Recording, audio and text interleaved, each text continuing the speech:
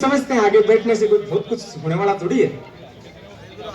मैं हमारे जो गैलरी में बहुत सारे कार्यकर्ता खड़े हैं और ये हमारे जिले के पदाधिकारियों से आग्रह है राजेश जी। नरेंद्र मोदी जिंदाबाद,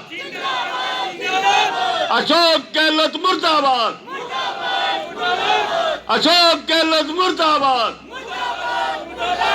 अशोक गहलोत होश में आओ। मंच पर बैठे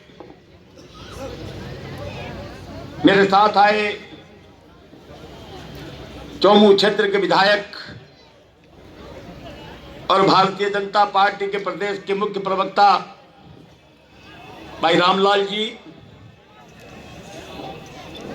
मेरे साथ पिछले सत्र में विधायक रहे भाई रतनलाल जी जाट, रतनलाल जी जलधारी, बंशीधर जी बाजिया, गोवर्धन जी, केशव जी, हरलाल सिंह जी के सुपुत्र झावर सिंह जी, यहाँ के जिला अध्यक्ष आदरणीय इंदिरा जी, मंच पर बैठे सभी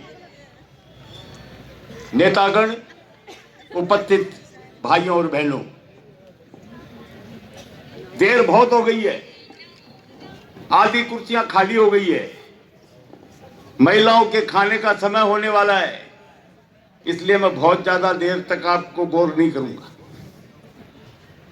पर मैं इतना ही कहना चाहूंगा कि आज से 4 साल पहले जब भारतीय जनता पार्टी को हराकर आज राजस्थान की धरती पर आया तो लोगों ने कहा कि यह आश्चर्य कैसे हुआ।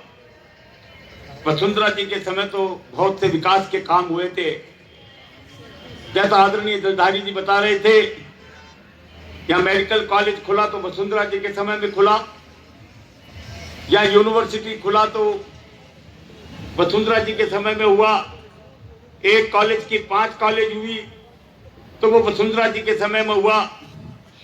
पिछड़े राज्यों से विकसित राज्यों की श्रेणी में यदि भारतीय जनता पार्टी के राज में वसुंधरा जी राजस्थान को लाने में सफल हुई तो वो भारतीय जनता पार्टी के राज में हुआ।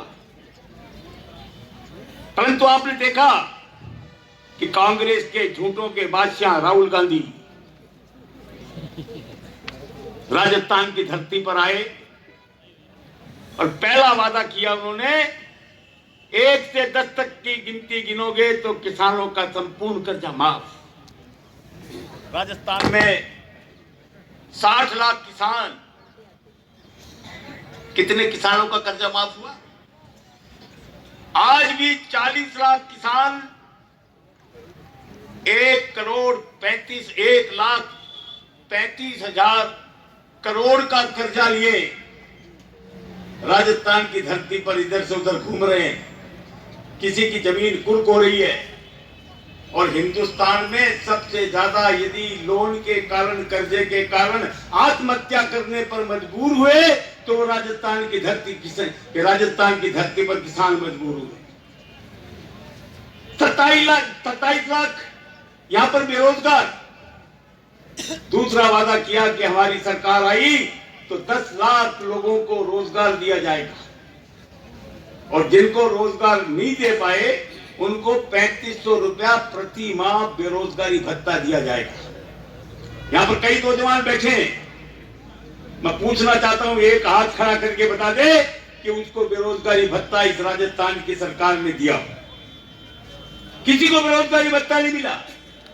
और 10 लाख नौकरियों का जहां तक सवाल है, जितनी परीक्षाएं हुई, चाहे वनपाल की परीक्षा हुई, चाहे नीट की परीक्षा हुई, चाहे नर्सिंग कर्मियों की परीक्षा हुई, चाहे फार्मेसी के लोगों की परीक्षा हुई, हर परीक्षा में पेपर लीक और उसका परिणाम यह हुआ 17 लाख बच्चे रीट की परीक्षा में बैठे थे, 2-2 साल से तैयारी कर रहे थे और जब पता लगा कि पेपर लीक हो गया, और पेपर लीक क्यों हुआ कि उसमें अशोक गहलोत सरकार का मंत्री सुभाष गर्ग, आपके लक्ष्मणगढ़ क्षेत्र का विधायक गोविंद सिंह डोटासरा उस समय शिक्षा मंत्री, और राजस्थान माध्यमिक शिक्षा बोर्ड का अध्यक्ष जोरोली, इन तीनों की गैंग शामिल थी। इनके कारण वो पेपर लीक हुआ। जोरोली को तो बर्खास्त कर दिया, परंतु न तो सुभाष गर्ग का बाका हुआ और न गोविंद सिंह डोटासरा के ऊपर कोई एक्शन हुआ। 10 लाख नौकरियां, उसका ये आपने देख लिया। और भ्रष्टाचार की ये हालत है कि एक तरफ हमारे अशोक गहलोत कुर्सी को चिपके हुए कि मेरी कुर्सी कहीं चली नहीं जाए, और दूसरी तरफ सचिन पायलट वो कुर्सी से गहलोत साहब कैसे हटे इसमें लगे हुए। कितनी कमाल की सरकार है। मंत्री एक दूसरे पर भ्रष्टाचार के आरोप लगा रहे हैं, एक दूसरे के ऊपर गाली गलौज कर रहे हैं, और एक मंत्री तो ये कहता है कि आपका उदयपुर वासी के जो राजेंद्र हुड्डा, वो तो इसके बारे में पूरी जानकारी दी गई। और जनता का मैं आभार प्रकट करना चाहता हूं कि इस यात्रा के अंदर भारी संख्या के अंदर आकर के और जो सहयोग किया है, इसके लिए बहुत बहुत धन्यवाद। जय हिंद, जय भारत।